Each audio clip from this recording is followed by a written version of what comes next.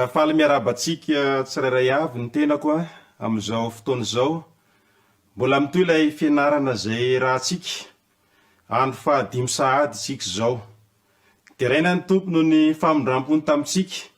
Mbola nanome antsika fahasalamana, nanome antsika fahavelomana, ary nanome antsika ihany koa fahafahana mbola mianatra ny teniny.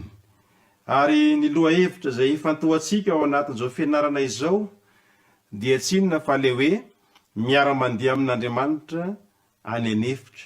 Miara-mandeha amin'Andriamanitra any an'Efitra. Ao anatin'izao fizarana fahadimy izao dia misy lohateny lehibe anankiray izay ho jerentsika: rehefa mitomany mafy ianao. Mila hidirantsika amin'izay dia mbola manasanao indray ndesika hivavaka. Ray aman'anỳ, misaotranao izahay, fantatray fa tianay ianao, ary ankehitriny dia te hisaotrany amin'izany izahay, ary mbola te hianta aminao indray izahay. Mangataka re izahay mba ho avilanao ireo fahotana vitanay, ho avilanao ireo eloka izay nataonay taminao, ary mangataka ihany koa izahay ny fanainao masina mba hitarika anay ao anatin'izao dinidinika ratsoratra masina izao.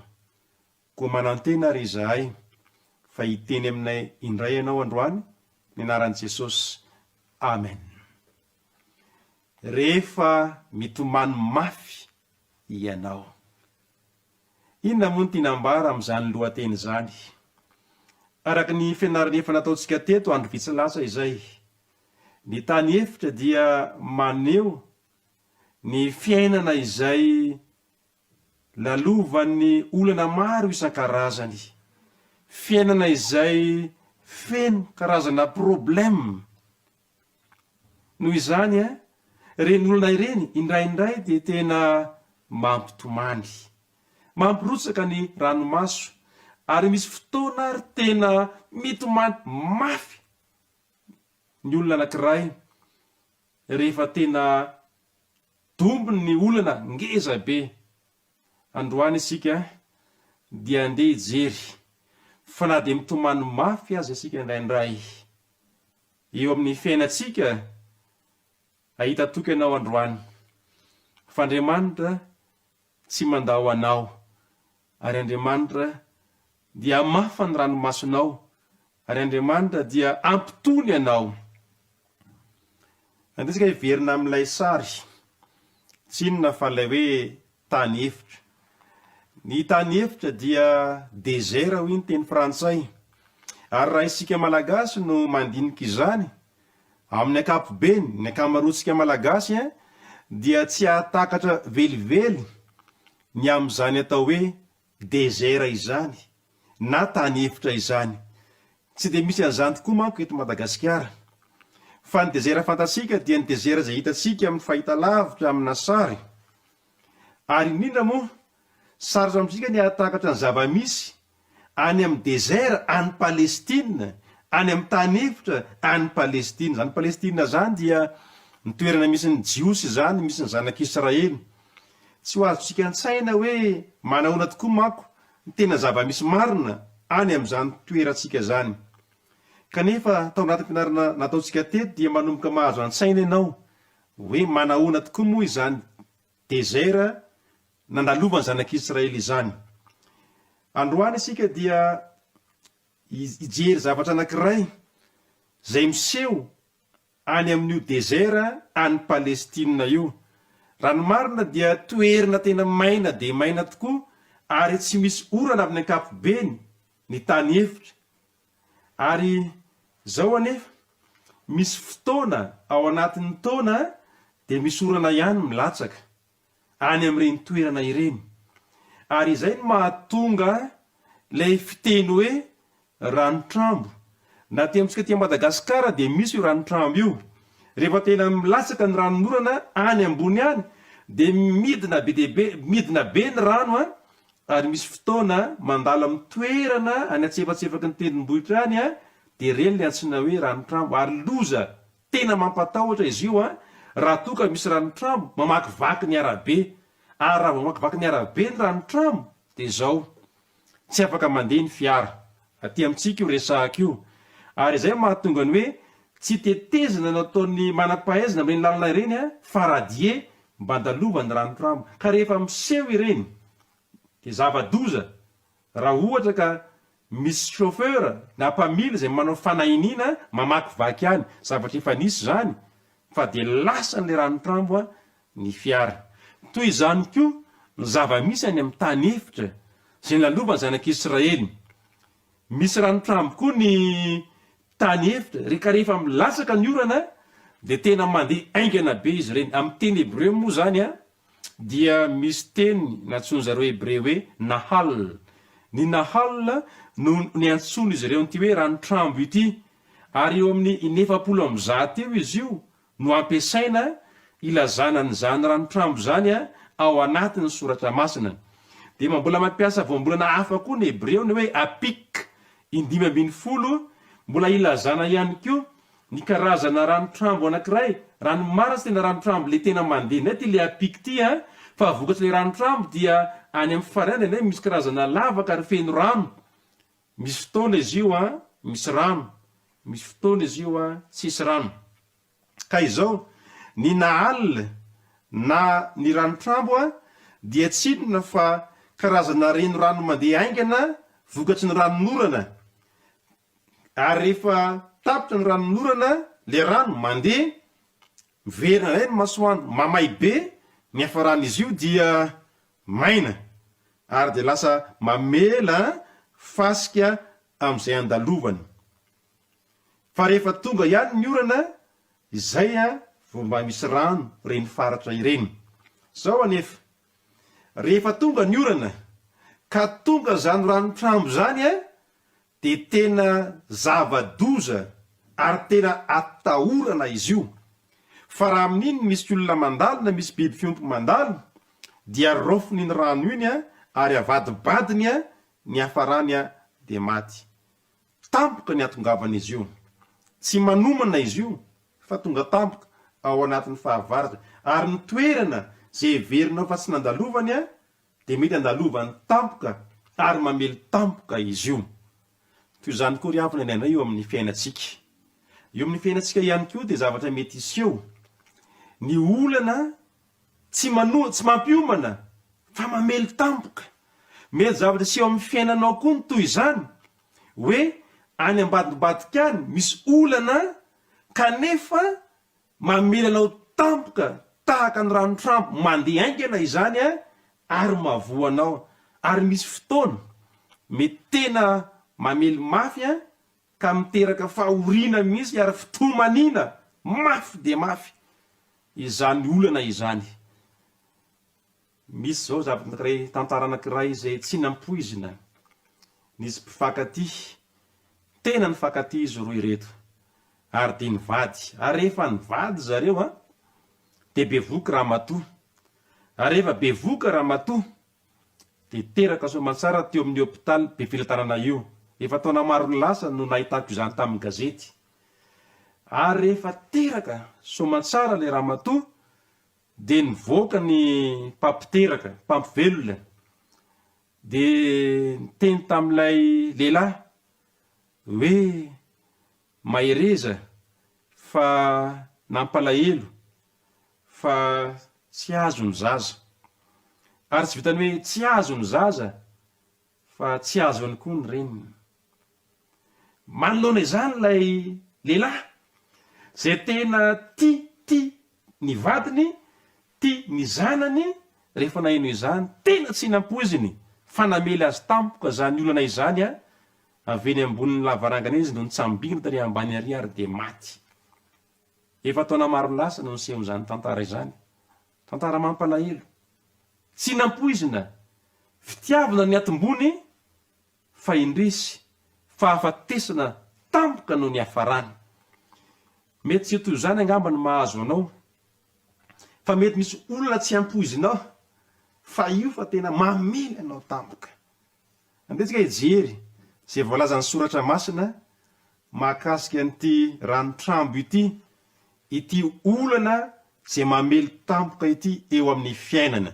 Ao amin'ny Salamo 8:10, ny 14, dia toy izao ny voalaza ny mpanao salamo, ny odidina tamiko, ny famatoram-pahafatesana ary ny riaky ny faharatsiana nampatahotra ahy.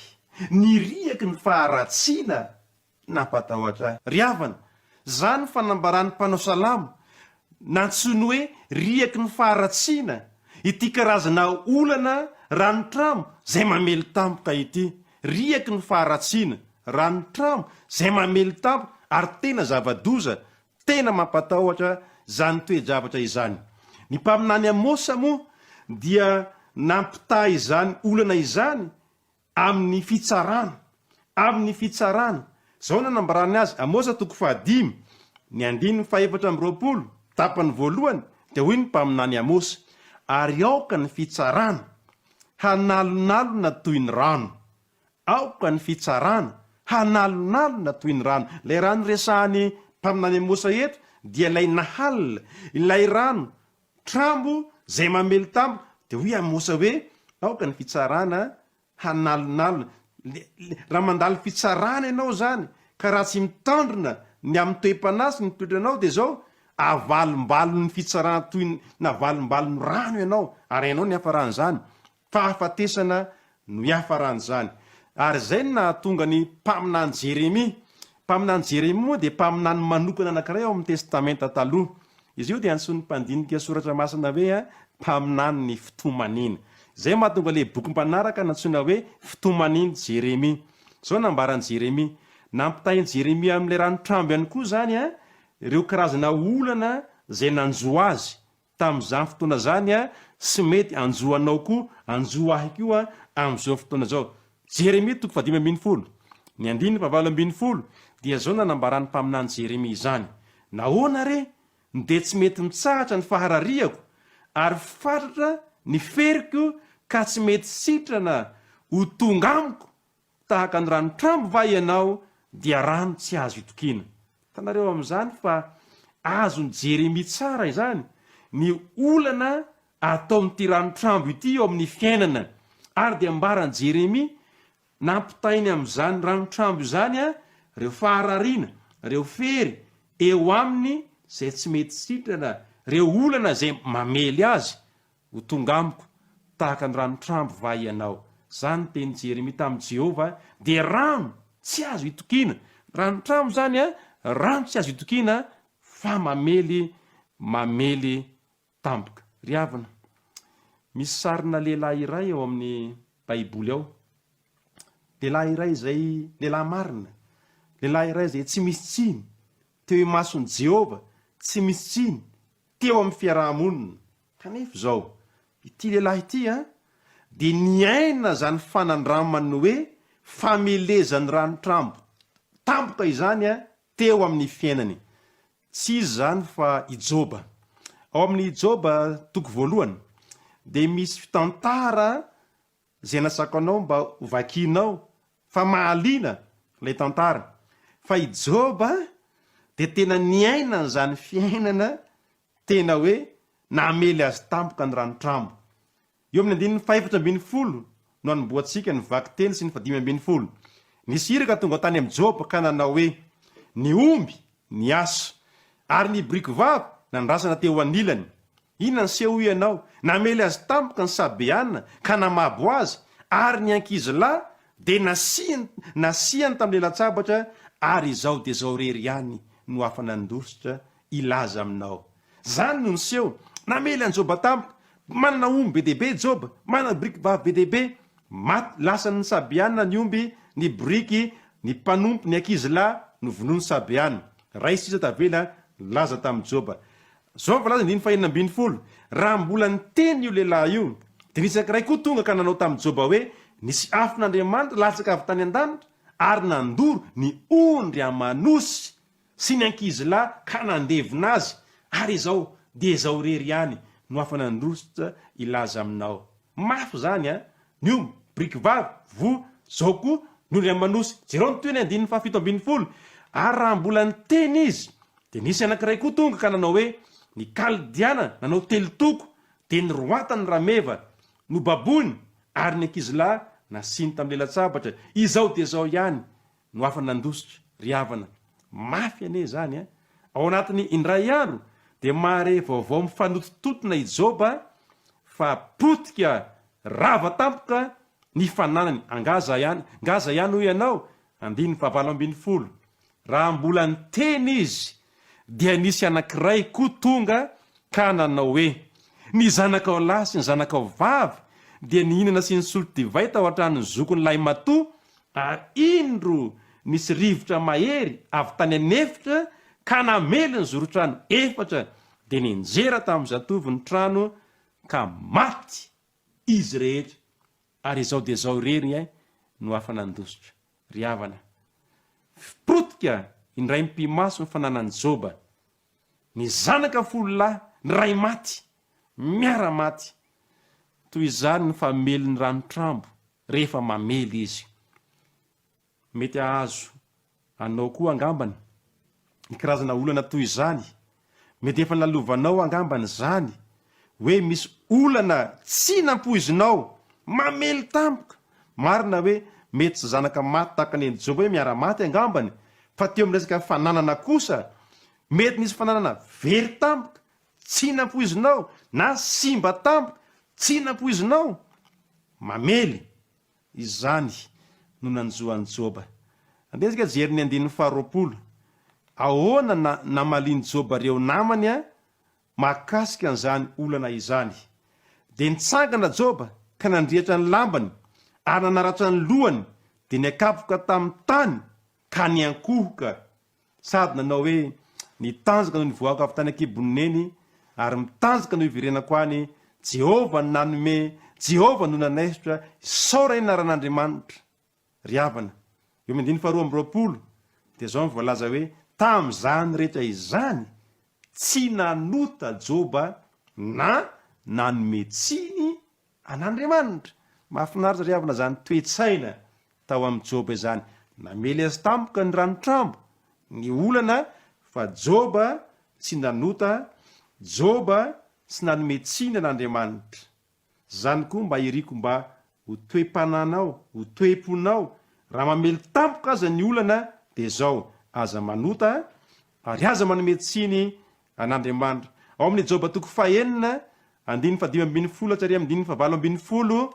dia zao nanambarany Joba an'io olana nahazo azy io ny rahilahiko mampiambombanana ahy tahaka ny ranotrambo dia tahaka ny mason-drano any andohasandriaka zay malaky ritra zay mainty azony ranomandry sady afenany ora-panala fa raha taniny hainandro izy dia levona raha maina ny andro dia ritra eo amin'ny fitoerana izy mivilivily no fandehany tankina izy ka levona ere amin'ny 15 dia nambarany Joba tahaka ny ranotrambo zay mamely tampoka ry havana marina loatra fa tena mamely tampoka ireny karazana olana ireny fa izao jereo ny tantaran'ny Joba dia ho hitanao fa tafavoaka Joba tao anatin'izany olana izany ary naveriny Jehova tamin'ny laony ny fiainany mihoatra noho izany aza nomeny Jehova tombony i Joba rehefa nitoetra mahatoky azy manoloana n'izany olana izany amaranako ny resaka androany dia ijery reo voakan'Andriamanitra manoloana ny rano isika ary izay sary anankiroa izay ny amaranantsika ny resaka Exodosy 4:17 manoloana ranomasina mena ny zanak'Israely ranomasina mena zany eto le olana io zany zao le ranotrambo mamely tampoka tsy nampoizina manoloana ranomasina mena izy ireo inona ny tokony atao Exodosy 4:17 sy ny manaraka hoy Mosesy tamin'ny olona aza matao ohatra ianareo mijanona fa ho hitanareo ny fahamonjeny Jehova zay ataony ho anareo aneo ry havana fampahirezana ngeza be zany io ny ranotrambo aza matao ohatra hoy Mosesy mijanona fa ho hitanareo ny fahamonjeny Jehova zay ataony ho anareo aneo ninona mety olana manoloana anao ny fiainanao aza matao ohatra mijanona ho hitanao ny fahamonjeny Jehova zay ataony ho anao aneo 17 Jehova hiady ho anareo fa ianareo kosa hangina 15 ary hoy Jehova tamin'ny Mosesy lazao amin'ny zanak'Israely mba handroso 5:10 Engao ny tehinao ainjiro ambony ranomasina ny tananao, sarao ny rano dia andeha hamaky eo avoan'ny ranomasina mandiny tany maina ny zanak'Israely. Baiko nomeny Jehovah ny Mosesy, aingao ny tehinao ainjiro ambony ranomasina ny tananao, sarao ny rano, tahaka ny hoe i Mosesy no manasaraka ny rano. Kanefa raha niny Mosesy dia Jehovah niasa tao anatin'izany tafasaraka ny rano. Riavana, nataony Jehovah izany tamin'ny Mosesy sy ny zanak'Israely. Nahoana ny tsy ataony aminao izany? Mety ngeza be ny fijerinao n'le ranotrambo manoloana anao. Androany Jehovah dia milaza aminao, aza miravoravo tanana, ingao ny tehinao, ainjiro ny tananao, sarao io ranotrambo mamela anao io fandeha mandia tany maina anao amakivaky eo ampovoany eo. Andao androso, hitanao ny famonjen'ny Jehovah anao. Riavana, tiako raha maniry koa raha maniry mba iainany zany anao eo amin'ny fiainanao. Ny farany Josoa 4:7. Ny Josoa 4:7 dia maneho ny tantarany zanak'Israely indray. 70 taona taty aoriana andeha ho an'ny Kanana epita ny on'ny Jordana. Tondraka be Jordana tamin'izay fotoana zay. Ranotrambo no nahatondraka ny Jordana. Mandeha be ny rano. Ary raha io no ampitaina, azo antoka fa avalombalony rano ny olona zay mepita eo. Manoloana izany anefa dia zao ny zavatra voalaza eo amin'ny 4:10. Ary raha niala tamin'ilay hitany Jordana ny olona, ary nipisorona nitondra ny fiarany fanekena eo alohan'ny olona ka tonga teo Jordana zay nitondra ny fiarany fanekena. Ary naroboky ny pisorona zay nitondra ny fiara tamin'ny sisin'ny rano ny tongony, fa tondraka mihoatra ny morony Jordana rehefa fararano, dia nijanona ny rano zay nidina avy tany ambony ka tonga toy ny antotan-javatra tery lavitra ery, dia tery amin'ny tanàna Dama zay eo andilan'ny Zaretana.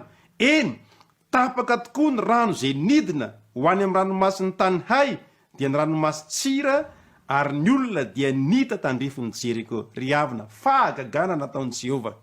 Tondraka be ny on'ny Jordana, saingy zao nanome baiko Jehovah, ny pisorona mitondra ny fiaran'ny fanekena ary mandeha eo aloha. Ny pisorona meny Jehovah baiko, ampidina ao anaty rano ny tongotrareo. Ary efa nanao izany ny pisorona zay nitondra ny fiaran'ny fanekena, nanahoana le rano? Nijanona toy ny antotan-javatra tery ambony ery. Afaka nandeha tany maina ny zanak'Israely. Riavana, inona moa ny dikan'izany? Omaly isika dia hita fianarana hoe namboarina tamin'ny akasia ny fiaran'ny fanekena. Efa vonona ny fanampiana, efa nomany Jehovah ny famonjena tany anefitra akasia nanamboarina ny fiaran'ny fanekena. Androany nampiasaina ny fiaran'ny fanekena, volanjay ny pisorona mba amahana ny olany ranotrambo. Zany sary zany dia zao ny dikan'izany. Ny pisorona eo anivon'ny ankohonana sy ny fianakaviana dia ny raim-pianakaviana, ampiny renim-pianakaviana. Androany zany ray aman-dreny malala mety mandalo olana ny tokantranonareo tadidio, fa misy adidy, misy andraikitra tokony ho raisy ny ray aman-dreny zay pisorona ao anivon'ny fianakaviana. Mila samy roso ampinoana miaraka amin'ny Jehovah, fa raha miroso ianao ray-pianakaviana arahiny renim-pianakaviana, dia ho hitanao ny famonjen'i Jehovah fa hovoavahan'ny olana. Raisy toy izao le hoe fiaran'ny fanekena. Ny fiaran'ny fanekena dia ilay fanaka masina zay anehoana ny fiaonan'i Jehovah amin'ny olony. Raha ny ray-pianakaviana sy ny renim-pianakaviana vonina ilanja ny zavatra iaonany amin'ny Jehovah, ifampiresahany amin'ny Jehovah, zany hoe raha ny ray-pianakaviana sy ny renim-pianakaviana tena mifandray akaiky amin'ny Jehovah, dia zao hovoavahan'ny olana. Ka ino nasako atsika ray-pianakaviana rehetra sy anareo renim-pianakaviana rehetra, andeha re ilanja ny fiaran'ny fanekena ka amonjy ny fianakaviantsika, amonjy ny ankohonantsika. Josoa 3:7, 17, ny mpisoro zay nitondra ny fiaraha-fanakeny Jehova dia nijoro tsara tamin'ny tany maina teo afovoan'ny Jordana, ary ny Israely koa dia nandihy tany maina. Amaranako azy dia zao, Isaia 7:2, hoy ny ten'Andriamanitra hoe: raha mita ny rano ianao, ombanao aho, ary raha mita ny ony ianao dia tsy hanafitra anao izy. Raha mandeha mamaky ny afo ianao, tsy homay, ary tsy hirehitra aminao ny lelafo. Ry havana malala, manana toky, fikiro zany teny zany. Raha mita ny rano ianao, niny rano trambo mamely, ombanao Jehova. Niny rano trambo mamely, tsy hanafitra anao izany satria Jehova no hiaro anao, hitahy anao, hikarakara anao. Manasanao mba hiary hivavaka amiko mba ho tanteraka amintsika mianakavy ane izany. Hivavaka isika. Ray malalo, misaotra anao indray izahay fanampahirezinao androany. Fa mety izy tokoa karazana olana amilanay tampoka, fa ny tokonay dia zao, ianao eo hiaro anay. Ko ampijoroy ary ny ray mpianakaviana reny sy ny ray mpianakaviana mba hamonjy ny ankohonany ampinoana amin'ny fiarahana mandeha aminao. Voninahitra ho anao rery ihany, ary ny fiadanana ho anay zanakao. Ny anaran'i Jesosy. Amen.